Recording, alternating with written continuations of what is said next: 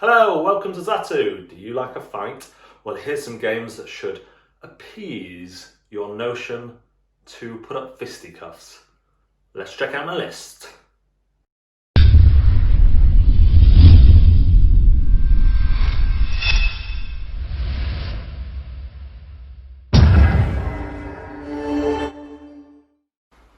Unmatched in its various forms is not only a great entry-level skirmish game, it's a great skirmish game in its own right.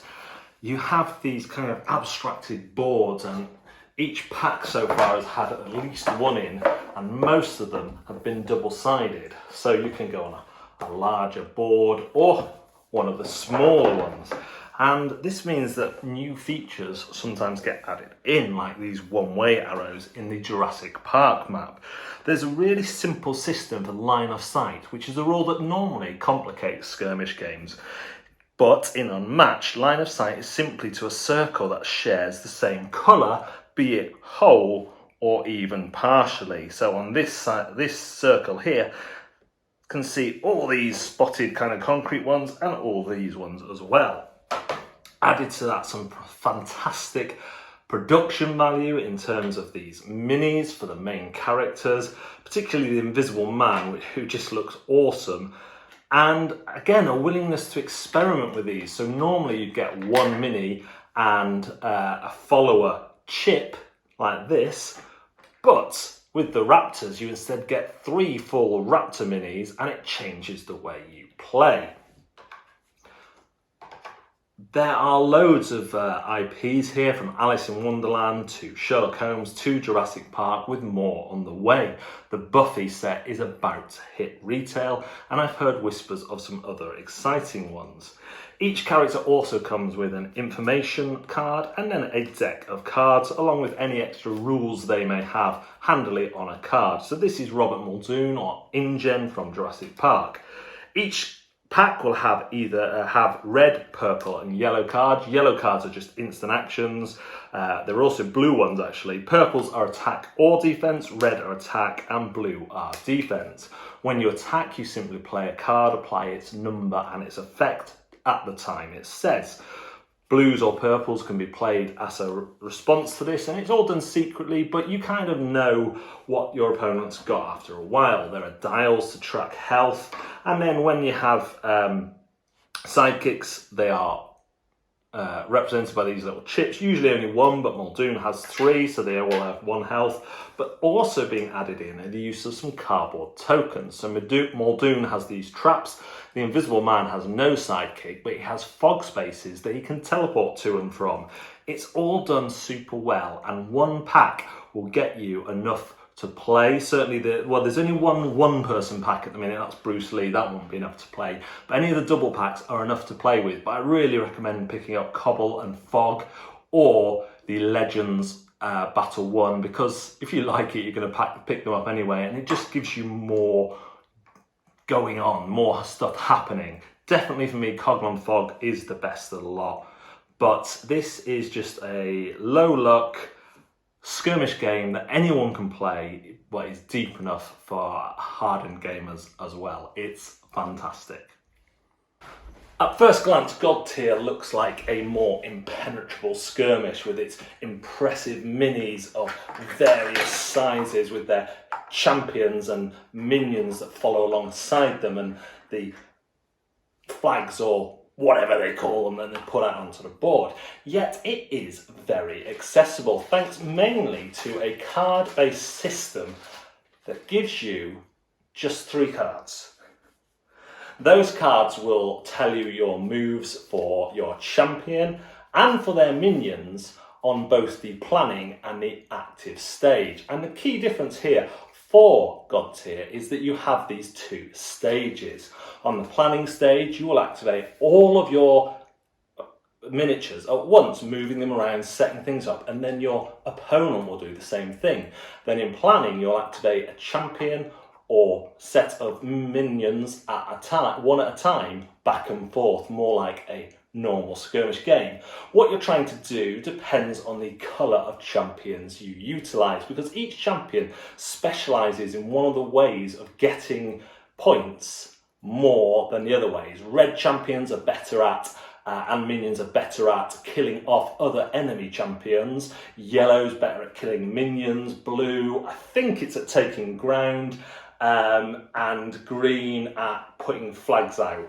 The green and yellow might be the wrong way around. I like to play with the ones that cause the maximum pain, so there is that. The dice system is great because you not only roll for damage, but first you have to roll to see if you've hit. You always have a chance to dodge through a simple dice system, which just uses one type of dice.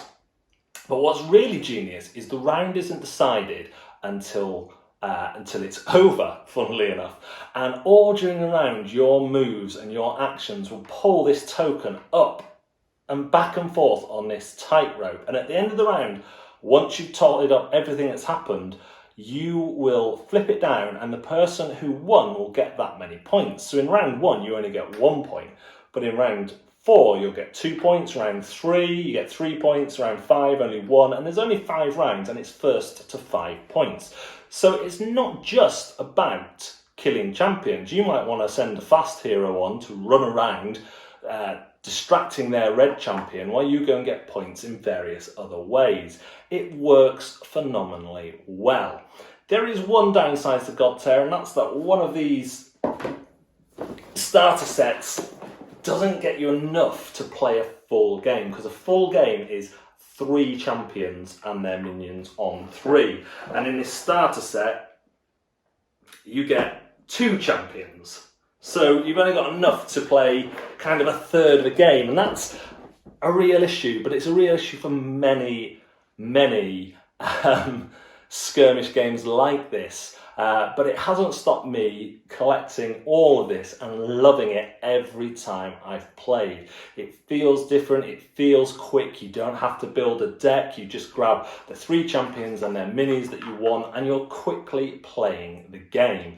The card powers are really interesting, often put status effects on people, but that's managed really well.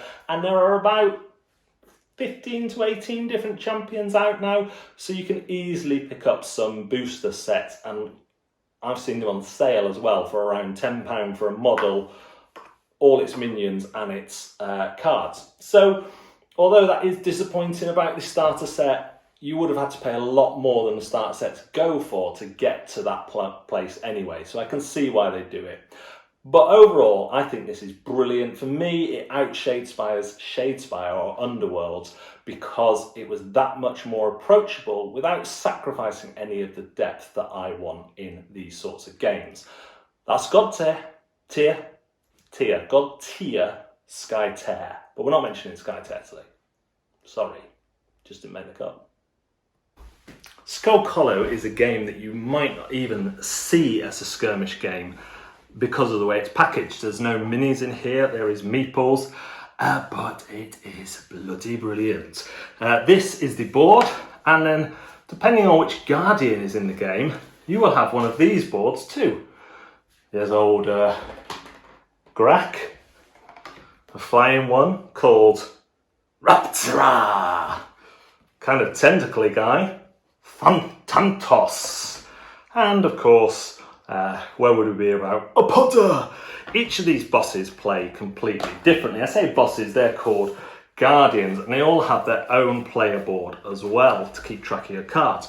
When you've chosen, you take out from this fantastic insert the deck box, which has in it the cards and any minis or wooden bits that this might need. So this Raptora has a cloud to indicate when they are flying. They start on the hex over there, and then the cards are really simple icon-driven stuff that let you move, gain power, which lets you get extra moves, and take your various actions as indicated by your player board. You're playing against a player who has a team of foxes. Now these look like cute little beggars, a bit like something out of Root. However, these guys are called Guardians and these guys are attacking them. So I think these guys are high-tech, polluting foxes that the Guardians are trying to beat back. But, you know, That might not be the case. So you grab your stuff out of your deck box, you choose one of the heroes to start with. There's a little mini expansion in mine because I got it from Kickstarter. There we go. And then you shuffle up the rest of your cards, and as units come out, they can do different things.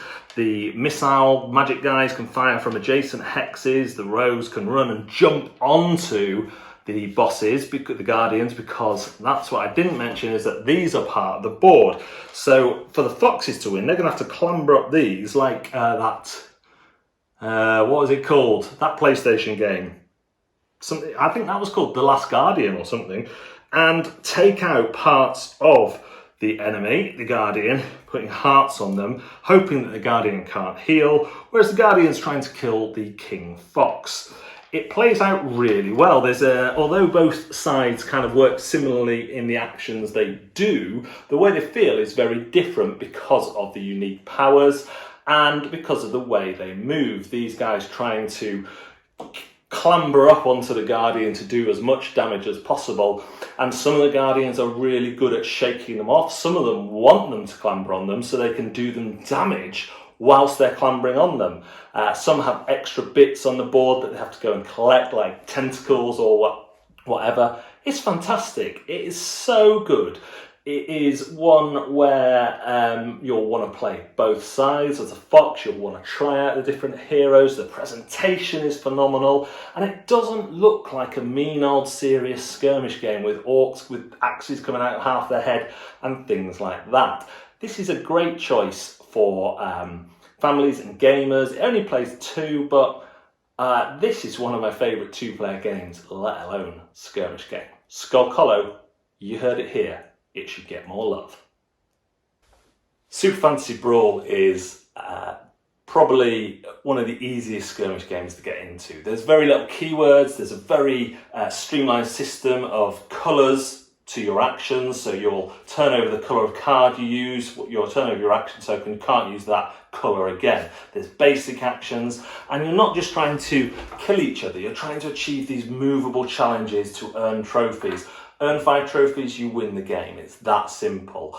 If you get a character knocked out, they can come back into play almost immediately on your next go, as long as you're willing to use a card. They might be out of the action, they might be in the action, depending what's unfolding in the arena. I love Super Fantasy Brawl. I have done a review for Zatu and on my own channel. Do go check that out for more in depth. But if you're looking for a skirmish game that gives you loads of satisfaction, that has combos that you can't quite believe you've achieved, that has you a tug of war for position, bearing in mind the health of the characters, and gives you a lot of control over what's happening to your characters at the very least, then this is just a great game. Do remember, this is the blinged out Kickstarter version. In the retail version, you won't get the statues, and all this lovely plastic and neoprene will be cardboard. But even so, at the price you're paying for retail, I just think it's an easy recommendation, especially considering the variety you will get in the core set compared to other core sets in other skirmish games. So hopefully your box brackets in happy with my selection. If you have any other games that I've missed that I should be checking out that you think I'd enjoy, stick them in the comments. I might even have a look at them. Do remember to like and subscribe to us here on YouTube and hit the bell for notifications. We are live on Twitch, we are live on Facebook. Not right now, we're doing this.